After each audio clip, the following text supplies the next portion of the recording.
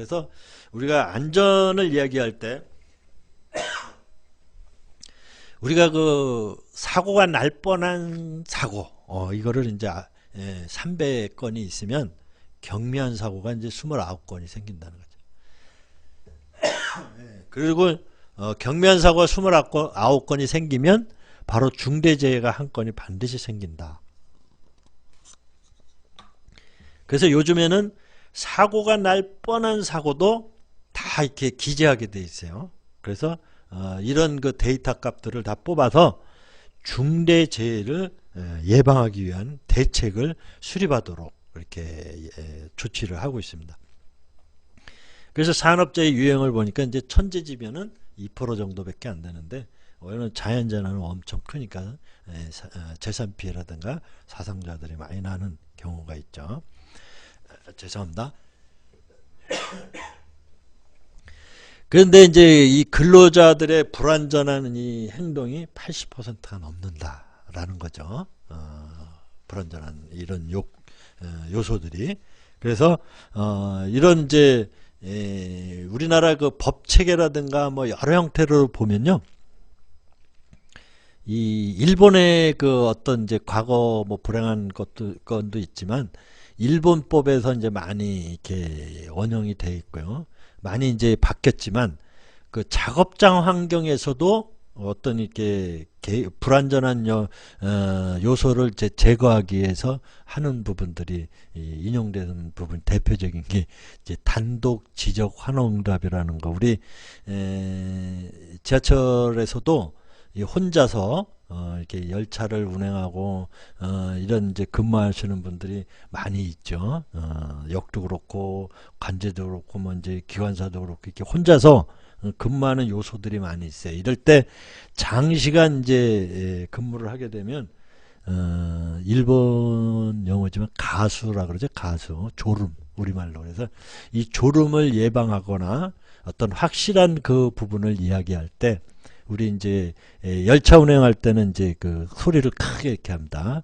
60 진행 해가지고 손을 뻗치면서 그 폐색 신호등이라든가 그 목표물의 표지판을 향해서 지적을 하고 60km 그 다음에 뭐 45km 감속 뭐 이렇게 소리하고 이렇게 응답을 하고 해서 명확한 자세를 가질 때 불안전한 행동 요소는 그만큼 제거된다라고 해서 단독 지적 환호응답 이런 그 부분도 있어요. 이렇게 해서 여러 가지 이 부분에서 안전을 이제 꾀하기 위한 노력들을 많이 하고 있어요. 근데 여기 사진을 보시면 이게 이제 이렇게 위험성이 있는데 앞에서 이제 사진을 얼마 전에 그 페이스북에서 보니까 그 해변에서 많은 분들이 그 이렇게 물가에서 그 바다 표면에서 얇게 들어오는 그 돌풍을 구경하느라고 모였는데 이게 이제 그 이 뭐야 해변에 상륙을 하면서 그 크게 돌풍을 이제 이렇게 변하는 그래서 그 어른이 이렇게 공중으로 날아가는 그런 부분이 있어요. 그래서 자기의 안전은 위험 요소가 여러분들 호기심의 대상은 되지 않습니다. 여러분 스스로 다치면 가족도 그렇고 많은 사람들이 거기에 대한 걱정들 내지는 이제 시간적, 경제적 이런 피해들이 발생을 하죠. 자, 이건 뭐 묘기대행진인지 모르겠는데 이런 거를 해서 이런 거는 좀 안 하는 게 왜냐하면 아이들이 많이 보잖아요.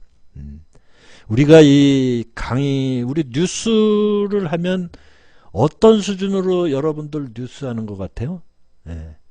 지금 우리가 방송하는 뉴스는요, 중학교 2학년 학생들이 알아듣도록 그렇게 많은 사람들이 알 수 있도록 이렇게 낮춰서 방송을 하는 거예요. 그런데 많은 사람들이 잘 이렇게 이해가 안 되니까 또 한 걸음 더 들어간다라고 하는 이런 부분이 오히려 그런 프로가 또 인기가 있잖아요.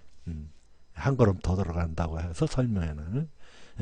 자, 우측 사진에 보면 저도 이제 역장을 해봤습니다만은 요즘 이렇게 하면 소속장 바로 징계 들어갑니다. 그래서 저도 이제 이렇게 역장을 할 때는 이 그 안전조끼 형태로 해서 몸에 이렇게 저기 하는 그런 이제 자켓이 있어요. 그래서 끈을 묶고 나서 연결한 다음에 이런 공간은 올라가게 돼 있어요. 근데 여기에 상당히 위험 요소들을 갖고 있는데요. 어쨌든 이제 안전과 관련된 팁을 하나 드리면, 왜냐하면 안전에 대한 그 상황이 무수하게 많겠죠, 그죠?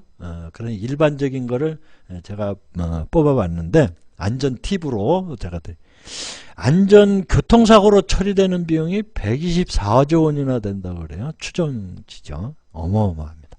그런데 우리가 이렇게 옆에 사진처럼 정체가 되면 짜증나는 시간이 보통 이제 50초에서 80초라 그래요. 짜증내는 시간이.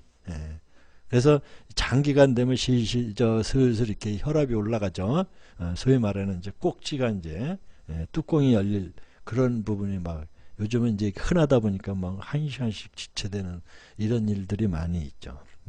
그래서 심리적으로 이런 부분에 대한 마인드를 좀 가지실 필요가 있고요.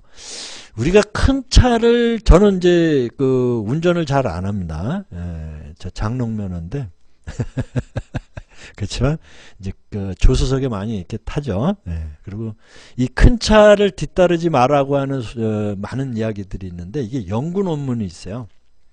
이 시야가 작게 보이는데 그게 우쪽으로 있으면 거리가 이제 먼 걸로 착각을 해서 추돌 사고를 많이 일으킨다라고 하는 논문이 있어요.